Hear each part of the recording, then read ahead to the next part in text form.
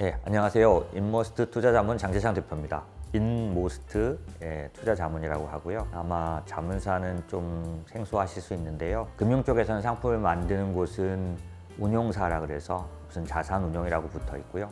파는 곳은 무슨 증권, 무슨 은행, 이게 판매사라고 하고요.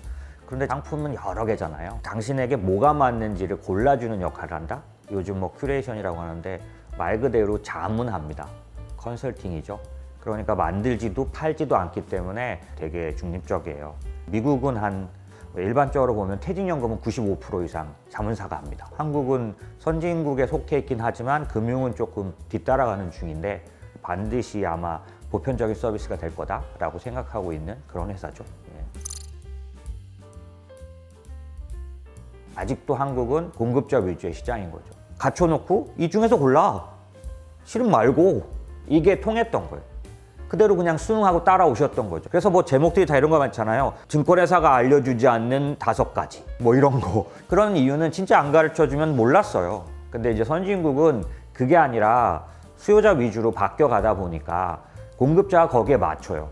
고객들마다 맞는 상품을 내놔야 되는데 무슨 공장 제조업처럼 라인을 막 다양하게 할 수 없으니 일반적으로 나온 상품을 잘 믹스하는 일을 하는 자문사, 자문의 기능이 계속해서 높아졌던 거예요. 수요자 위주로 당신한테는 요건 필요 없고 요건 중요합니다. 요렇게 믹스하면 더 마음에 확 드실걸요? 뭐 요런 거 하는 역할? 그런데 이제 지금 한국은 아직 그렇지 않기 때문에 좀 생소하다 이렇게 생각하고 있습니다. 네. 고액자산가를 위해서는 기관을 위해서는 이미 취향에 맞춰주는 게 있었어요. 그 사람들의 사정을 듣고 그 사정에 맞는 상품을 구성해주고 찾아주고 설명해주고 제안해주는 그런 서비스였는데 여기서는 특별하게 고액자산가가 아닌 사람들, 대중들에게 판단해주는 그런 서비스가 없었다고 말하는 게 더 정확하겠죠. 저는 증권사에 오래 있었습니다. 제가 사실 주식 브로커로 고액자산가의 자산 관리하는 일을 워낙 오래 했었죠. 그때 제 경험 중에 뭐가 있냐면 미국에서 그 당시 메릴 린치라고 자산 관리라는 이런 회사들의 얘기를 아침에 데일리 같은 거를 보면서 꿈꾸게 됐어요. 한국에서도 이런 일이 있었으면 좋겠다 생각할 때쯤이었는데 제가 속했던 회사가 자산 관리로 이제 돌아서겠다라고 하면서 열심히 고객들에게 장기적인 얘기들을 막 하고 다녔는데 그러는 사이에 2005년도 500이었던 코스피가 2007년도에 2000을 가버린 거예요. 자산 관리한다고 그러면서 고객들 그 주식을 사고 팔고 거의 안 했던 거예요. 주가가 조금 올라가고 계속 그러니까. 코스피가 500이 2000이 됐으니까 4배가 오른 거예요. 진짜로 20억이 60억 되는 걸 봤단 말이죠. 그런데 사고 팔고를 했던 그 증권사나 그 고객과 비교를 했을 때 안 사고 판 사람은 60억이 됐는데 사고 판 사람은 20억이 25억 되고 30억밖에 안 됐단 말이죠. 저는 엄청나게 똑똑한 채 하면서 고객들이 지금은 팔아야 된다, 지금은 사야 된다를 했던 사람이에요. 주식 브로커로서. 근데 그 이유가 브로커인 우리가 사고 팔자고 하지 않아서였다는 거지. 매번 수익이 난다 그래서 좋은 결과를 내는 건 아니에요. 주식은 승률 게임이 아니다. 10번 중에 9번을 수익을 냈어도 한 번 크게 깨지면 거지 되는 거죠.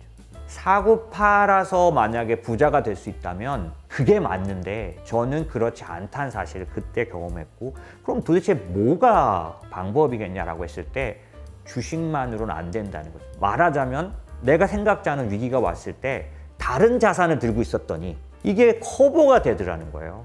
그래서 고객돈이 그럴 때 벌지는 못해도 방어를 하다가 확 올라가는 때 또 올라가게 되더라는 거죠. 저는 그래서 자산 관리를 시작했고 왜냐하면 제 양심의 가책도 있었고 또 이게 답이라는 생각도 있어서 정말 열심히 고객들을 설득했고 거기에 막 목숨을 걸었더니 회사에서 엄청 잘 나갔었어요. 제가 이제 회사를 그만두고 나와서 자문사를 한 건데 개개인별로 적합한 포트폴리오를 제안하는 일을 하고 싶다 이렇게 말씀드렸습니다.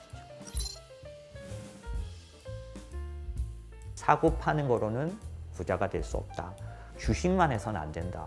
주식과 채권과 부동산과 원자재와 이런 것들을 해야 하고 어떤 때는 팔아야 하지만 어떤 것은 그냥 갖고 있어야 하고 어떤 때는 강하게 사야 하고 어떤 때는 계속 팔아야 한다.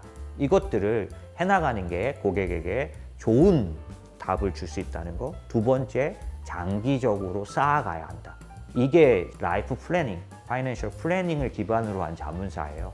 그래서 30대에 저희한테 자문을 시작하셨어도 60대가 될 때까지, 50대에 자문을 시작하셨으면 60세, 70세를 대비하는 1년짜리 자금과 30년짜리 자금 양쪽 다 맡길 수 있는 그런 회사가 되려고 하고, 우리 직원들과 함께 이 부분을 장기적으로 달성해보자.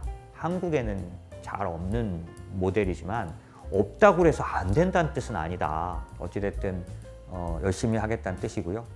긴 시간을 잘 들어주셔서 감사합니다.